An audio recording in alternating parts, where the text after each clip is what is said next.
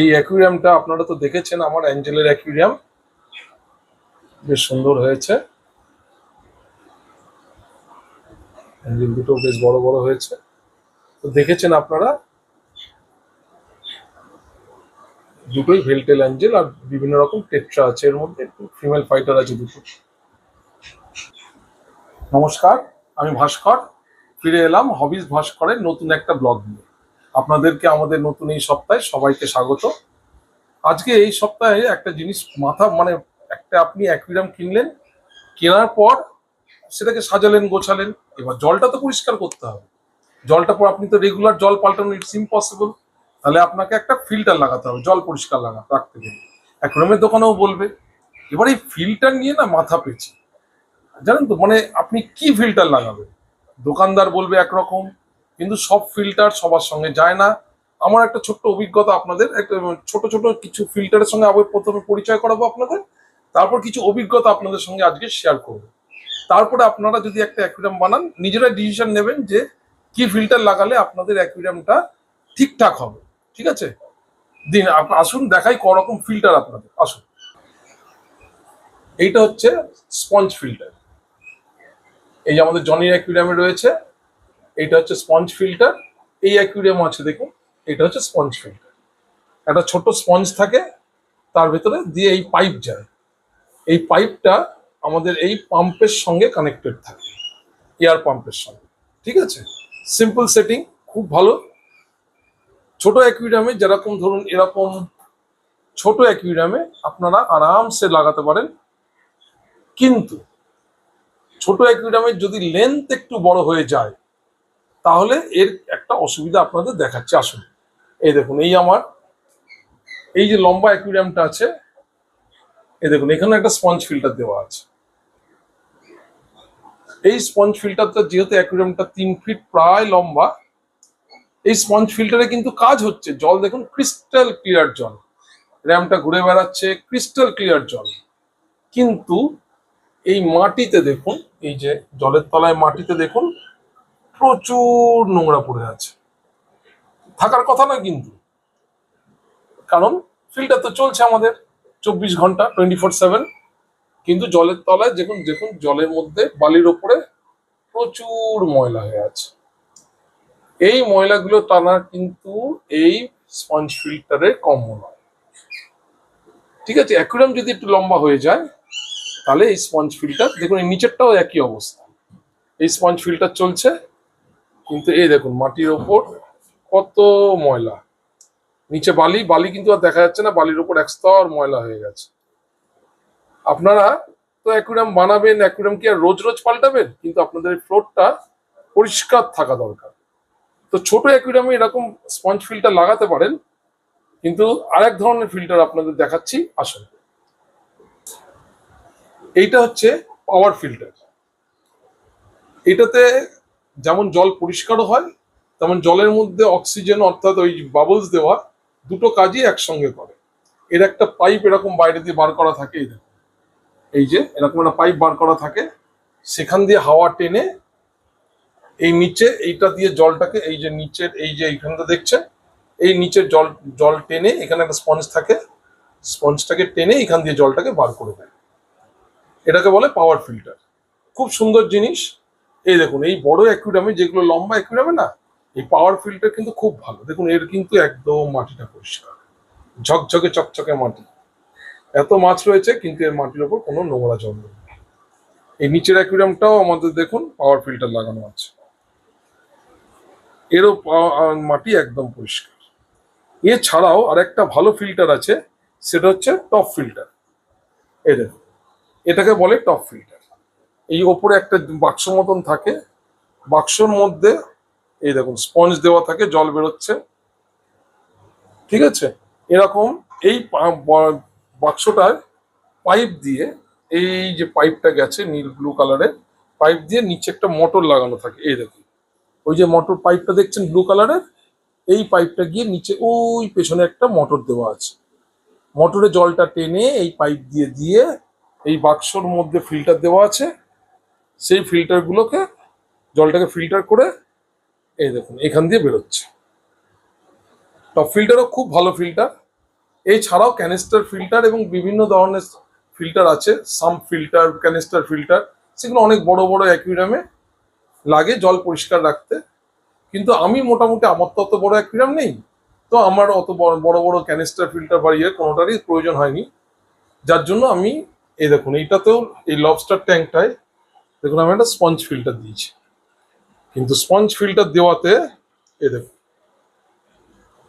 Sponge filter দিয়েছি, কাজ হয়ে যাচ্ছে, কারণ এখানে খুব বেশি মাছ টাছ নেই, খুব বেশি মাটি নোংরা হয়নি।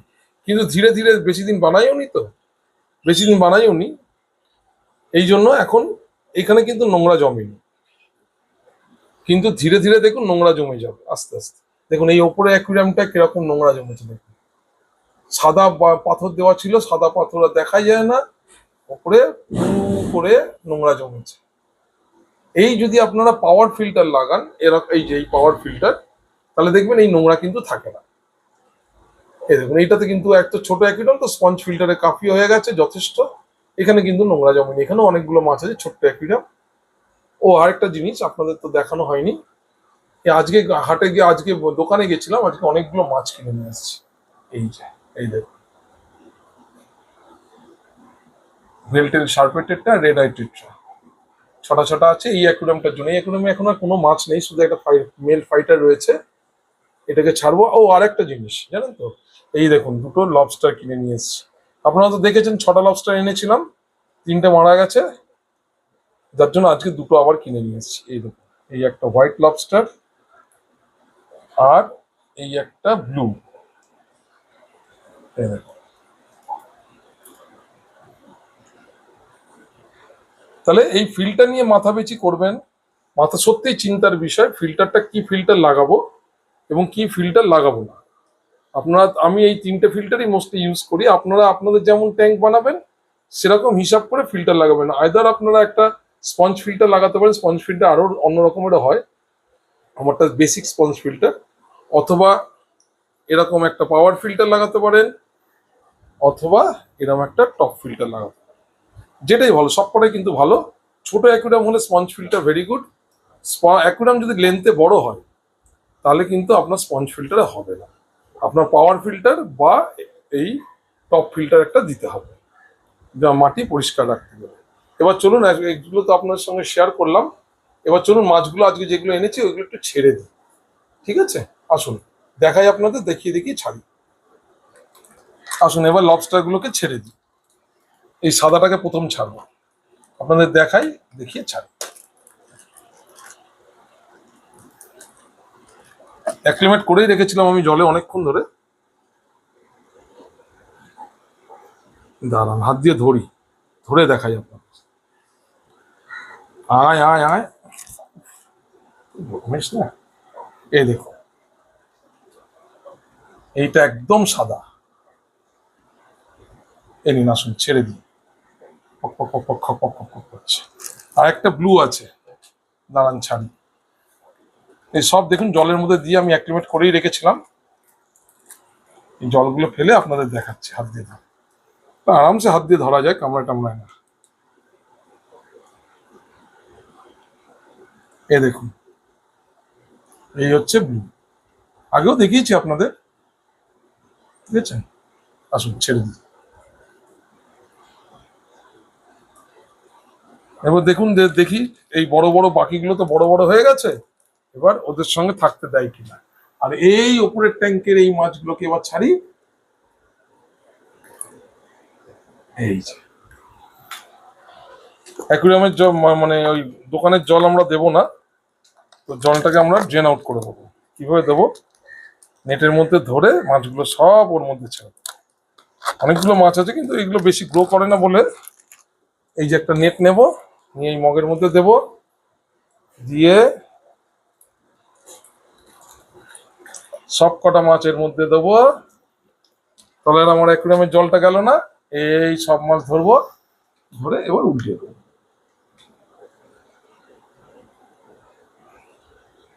এই বেরো বেরো, ওই বেরো সব।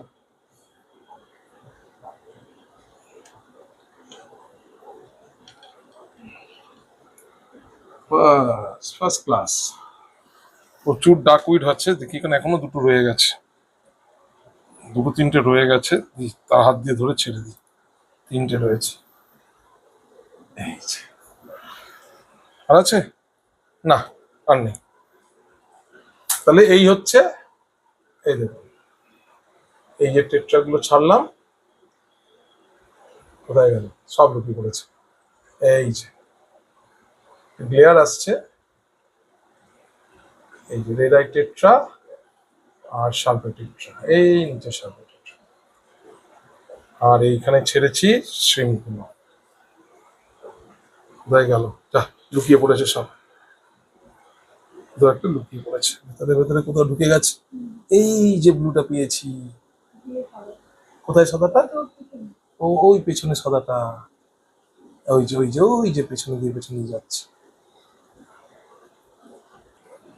তাহলে দেখলেন তো, এই হচ্ছে আমার আজকে ছোট্ট করে ফিল্টার নিয়ে আমার যে অভিজ্ঞতা সেটুকু আপনাদের সঙ্গে শেয়ার করলাম।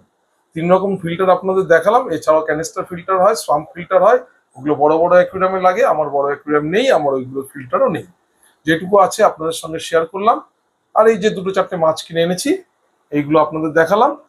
এই সপ্তাহে এইটুকুই, আবার ফিরে আসবো নেক্সট সপ্তাহে আর একটা নতুন ব্লগ নিয়ে আপনাদের সঙ্গে নতুন কিছু শেয়ার করার জন্য। থ্যাংক ইউ, সবাই ভালো থাকবেন। আর প্লিজ আমার চ্যানেলটাকে একটু সাবস্ক্রাইব করে দেবেন, আর পাশে থাকা বেল আইকনটা টিপে নোটিফিকেশন অন করে দেবেন। থ্যাংক ইউ, সবাই ভালো থাকবেন এবং সবাইকে অসংখ্য ধন্যবাদ আমার এই ভিডিওটা দেখার জন্য। থ্যাংক ইউ, ভালো থাকবেন।